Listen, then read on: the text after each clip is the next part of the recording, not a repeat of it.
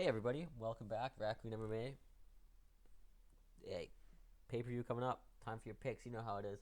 I'm not active enough on this channel to for this video to be anything else at this point of the year, right? That's okay. So yeah, we're back. UFC 309, one of the worst pay-per-views I've seen in a while. Honestly, I'm thinking of like that one a little while back. I'm forgetting which number it was, where the headliner was Magomed Ankalaev versus Jan Blachowicz, which is a good fight. And then the co-main was Paddy Pimblett versus Jared Gordon. That was a pretty bad pay-per-view. But this one it kind of takes the cake because it's a Madison Square Garden pay-per-view.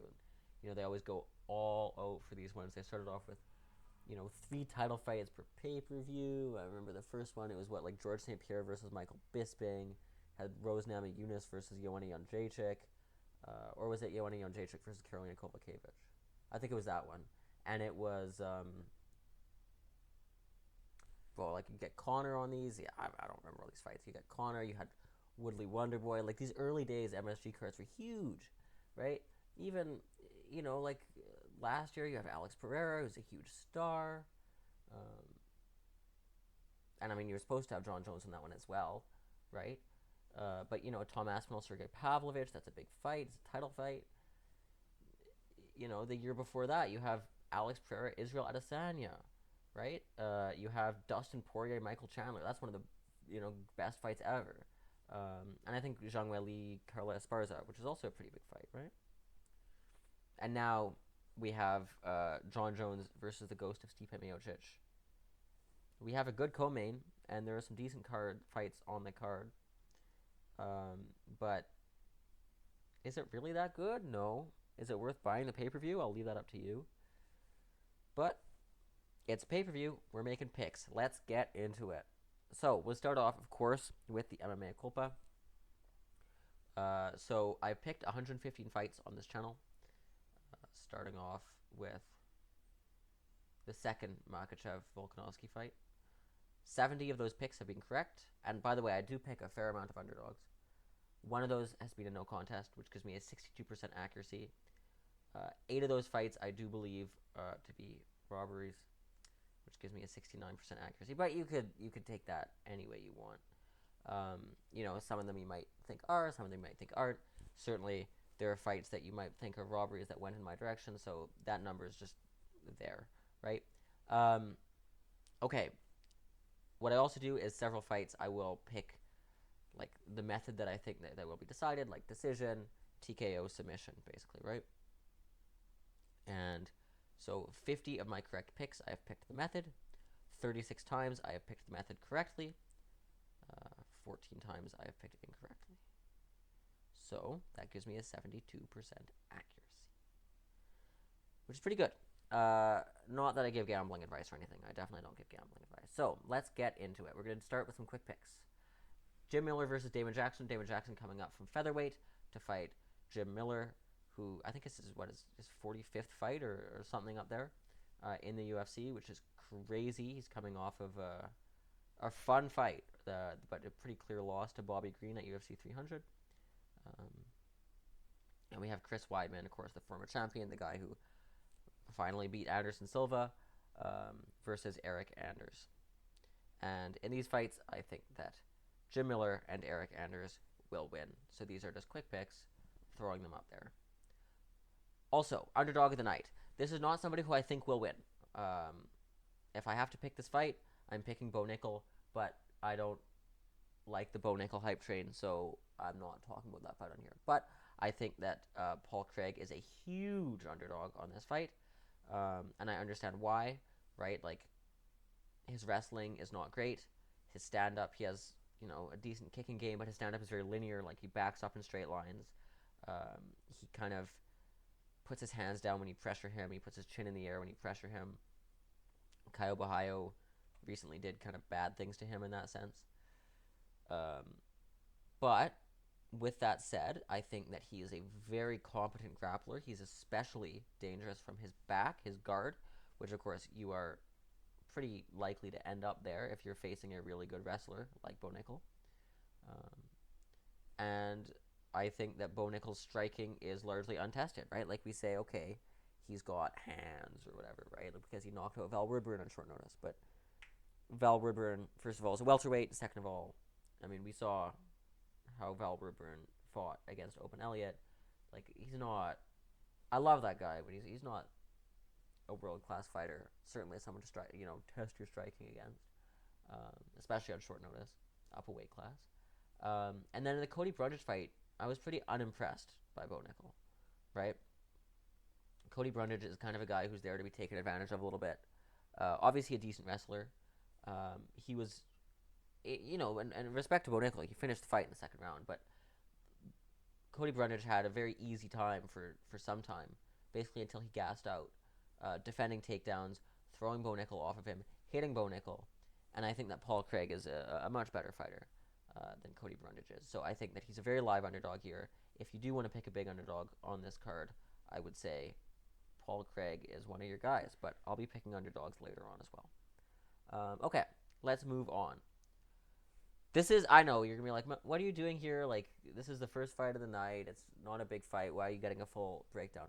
Why? Because this is such a bad card that, like, I don't really see how some of these main card fights are more interesting than this one.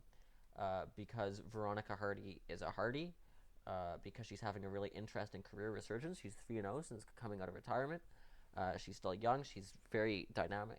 And she's fun to watch. So that's why I'm breaking this one down.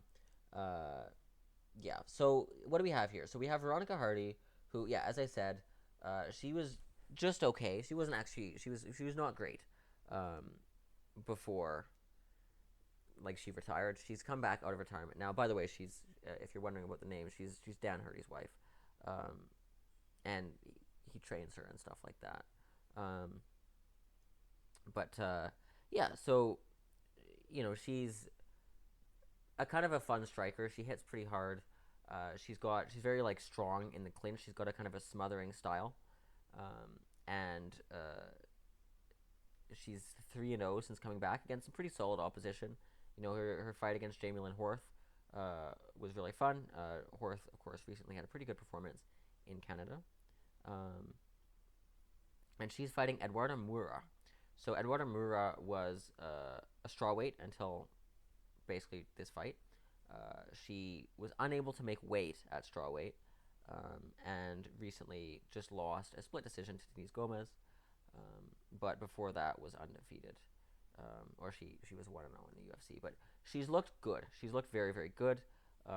She's only got that one loss on her record, and she's actually bigger than Veronica Hardy, despite being a former strawweight. Veronica Hardy, I think, is a bit more filled out in her frame, but Moura has, I think, 2 inches on her in height and reach. So that's very interesting. Hardy has a little bit more volume but less accuracy than Moura. She absorbs more per minute. So we'll see how that goes. But that's largely because Eduarda Moura likes to take people down. She shoots a lot of takedowns. She pushes you against the cage and she hits you in the clinch. So, she's pretty good at that, right? Like, and of course, that's how you get your accuracy up. You're not whiffing shots when you go holding someone against the gun and hitting them, right? So she's largely a ground game fighter. I would like to see a bit more of her in the UFC, obviously, but it's all good. Yeah, she's a bit of a headhunter. Most of her shots are on the ground,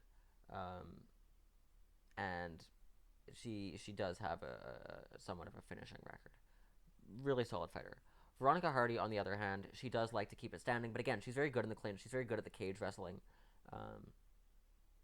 She's a bit more of a decision fighter than a finisher, and there's definitely more data to look at from her. But she likes to keep things separate. She likes to keep things, at a bit of a range, a mid-range certainly. And I think that that's going to be the tail of this fight, is that Moura is going to want to push Hardy up to the fence, and Hardy is going to want to keep Moura off of her, strike at distance, win in those clinch exchanges, reverse her, things like that. And I think that Hardy will be able to do that, right? I think that there was a reason that Moura was at strawweight. Certainly, I think that, she's a good fighter. I don't want to take anything away from her. But if you're at strawweight, obviously you want to be at strawweight. And just because you're stronger than strawweight does not mean you're going to be stronger than a flyweight, right? The 10-pound difference is big, especially like Veronica Hardy is a tough fighter for your first outing of a weight class. And I think that we've seen her be very strong across 15 minutes. In fact, she builds up over 15 minutes. We've seen her be very strong in these exchanges, especially over like Jamie Lynn Horth, who's similarly a very physical fighter, and much bigger than Mura is. So I think that Hardy does get this one done by decision. Mura's a very, very good fighter. I think she's going to go places. If not at strawweight, then if she can figure out her weight cutting issues, then at if not at flyweight, then if she can figure out her weight cutting issues, back down at strawweight. I think she's a very, very good fighter. But I think that Hardy will win this one by decision. Okay, moving on. Our people's main event. Yeah, you're getting 3 fights that are getting breaking down. Again, this is not a good card. Charles Oliveira versus Michael Chandler 2. This is the one fight that everyone's really excited about, right? And it's obvious why. These are 2 like all action fighters. They're offense minded. They push forward, well rounded, just fun to watch. And their first fight was amazing. So let's talk about it. Let's talk about their first fight because obviously it's useful data for their second. First round, Chandler does really well against Oliveira. Really, really well. Chandler is a bit of a berserker, right? Like people often talk about how he just thinks about offense, and he often makes silly mistakes in the heat of the moment. Which I don't actually know if this is true, because if you watch him in Bellator, like he's a lot more measured. I think what it is that he's taken a gamble and fighting fun in the UFC to like make money and get his opportunities, which is like totally fair, right? He's 2-3 in the UFC against the top of the division, but he still keeps getting these big opportunities because everyone knows that he puts on banger fights, and he's come very close to winning those fights, right? Every single fight that he's lost in the UFC has been very close, right? Like Gaethje very well could have been scored for Chandler. Oliveira, I'm going to talk about that in a second. Dustin Poirier, he almost finished the guy several times. He was well on his way to a dominant decision victory when he got submitted. And then the fights that he's won, Tony Ferguson and Dan Hooker, he's won in dominant fashion. In jaw-dropping fashion. I mean, the knockout over Dan Hooker got airtime when Chandler hit him. And, you know, he kicked Tony Ferguson's jaw into the stratosphere. We talk about the Gaethje fight for Ferguson as the one that broke his chin. I don't think it was this one. Anyways, Oliveira, of course, former champion, defended the title against Dustin Poirier, sort of defended the title against Justin Gaethje, lost to Islam Makhachev since then. He's beat Beneil Dariush, and he's lost to Arman Tsarukyan narrowly. And he's back now to fight Michael Chandler in a title eliminator, since Tsarukyan is presumably next for the champion. And now we're saying the winner of this fight gets to fight for the belt next against the winner of Tsarukyan Makhachev, which presumably is Makhachev. But let's not count our chickens. So, yeah, this is an interesting fight because their first fight, you know, when you see that a fight is ended with a knockout early in the second round, you're like, okay, this was one-way traffic, but it wasn't. It was very close. So, basically, in the first round, Chandler is kind of obliterating Charles, right? Like, he gets him to the ground. He does really well in Charles' guard. Everyone talks about how dangerous the Charles Oliveira guard is. Nobody wants it, right? Even Arman Tsarukyan is trying to avoid Charles' guard when he fights strikers. Obviously, like, they knock him down and they let him back up because they don't want to play in there. Poirier and Gaethje. So, yeah, nobody wants it. The only 2 people who I've ever seen jump into Oliveira's guard sort of at this high level are Islam Makhachev and Michael Chandler. And I guess these are just 2 guys who have incredible self-belief in their grappling. Makhachev because he's Dagestani, Chandler because he's Michael Chandler. But Chandler was really good on Oliveira's guard. He damaged him badly. Like, he hurt him really, really badly in his guard. You know, there's this famous moment from the fight where Oliveira gets Chandler's back and Chandler stands up and he slams himself onto his own back deeper into a body triangle for whatever reason. But then which is of course just the classic Michael Chandler thing, but then he manages to reverse and enter Charles Oliveira's guard. And when he's there, he does a lot of damage. Gets 10-8. He's seconds away from finishing Charles Oliveira, like by knockout when the bell rings. Comes out for the second round, overextends on a jab, and gets a picture-perfect hook to the face and knocked out. And because this was Charles Oliveira had kind of leveled up his game before he fought Chandler. His striking looked really good. Um, and since then, right, it's interesting. So that since then, Chandler has fought 3 times, right? He had a war with Justin Gaethje. He beat Tony Ferguson. He had a war with Dustin Poirier and lost. Um, so Chandler has fought, 3 times. He's taken a bit of damage, but then he spent 2 years out waiting for Conor McGregor, which of course has not happened. And now he's come back. He's looking fresh. He's looking leaner than he looked before. No comment on that. Oliveira, on the other hand, has fought a lot of people, right? He's fought Justin Gaethje. He's fought Dustin Poirier. He's fought Islam Makhachev. He's fought Beneil Dariush. He's fought Arman Tsarukyan. He's taken a lot of damage in some of those fights, right? Like, every single one of those fights, he's been hurt, except kind of the Arman Tsarukyan one. He got cut open, but not hurt really badly. But, Islam dropped him. Gaethje dropped him. Poirier dropped him. Beneil wobbled him. Like, I think that Oliveira has taken a lot of damage, and I think you're now seeing where I'm starting to lean in this fight, right? I think that 2 years off for Michael Chandler, like we talk about ring rust. I'm going to talk about ring rust later, because we're going to talk about ring rust later. 2 years off, I think, is uniquely good for Chandler because he's not somebody who thinks in the octagon, right? Ring rust and spending time off is usually not good for fighters because they don't get when they're used to being in the octagon or fighting, they're used to making certain decisions. They don't get scared when they see things, but Chandler just doesn't fight like that. And I think he's going to come out and fight the same way that he always does. But he's going to be fresher. He's going to have taken less damage. Obviously it's been 8 months and a bit since Oliveira's last fight, but it's been even longer since Chandler's. And I think that activity will play a big role, right? I think that the physicality of Chandler will play a big role. And I think that because the first fight,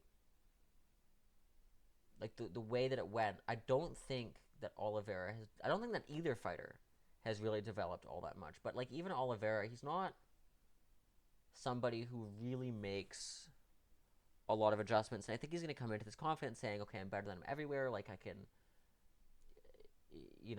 do similar things, right? Protect myself in my guard. Go forward with my striking, not give him room to breathe. Chandler is now going to be thinking, like, obviously don't overextend your shots, but, I think that all this time just in the gym and not going crazy in the cage is hopefully for him. I don't really care who wins this fight. I think that, maybe for Islam's legacy, it'd be better to have somebody that's not a rematch, but I think that both these guys are fun. Right? Like, but I think in any case, like this time in the gym and, working on a guy who's a really good counterpuncher in Conor McGregor and then training for Charles Oliveira and thinking about the first fight, I think that Chandler, is he going to be reserved in this fight? No, Chandler is never reserved. But I think if he really wants to win this fight, he has the tools to do it. And you can go back and watch some of his Bellator fights where he is just pushing guys up against the cage and holding them there and hurting them in the clinch. Is it as fun as normal? No. But is it the way to beat Charles Oliveira? Absolutely. And I think that that's something that Michael Chandler will be thinking about falling back on now that he's learned some of these lessons of fighting Charles Oliveira, fighting these top guys. I think that he knows he has basically one shot left at the title, at the BMF, at having a real legacy in the UFC beyond just, wow, that guy was really, really fun when he lost to some of my favorite fighters. So this is a coin flip, but I am going to pick Chandler because I think he's going to come in with a slightly more cautious game plan, and he has the tool set to match and beat Charles Oliveira, and he has the physicality to do it as well. Okay, moving on. How did that get there?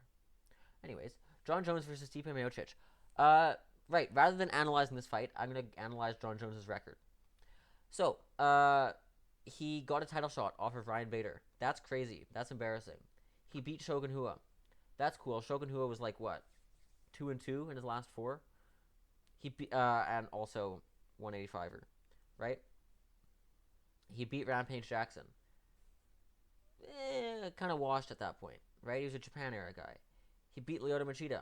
Washed 185er. He beat Rashad Evans. I mean, just look at how big Rashad Evans is. We don't care. Also, John is on drugs for all of these, right? He beat Vitor Belfort, key lock submission. That's cool, but you know you're on drugs. I mean, so is Belfort, but you're on drugs. This is back when Jon Jones is actually finishing people. Chael Sonnen, 185er, coming off a loss, who talked his way into a title shot. Also, you were on drugs. Alexander Gustafsson, low key, Jon Jones lost that fight. Plus, he was on drugs. Glover Teixeira, that is a good win, but he was on drugs. Also, eye poke merchant. Daniel Cormier, you were on drugs.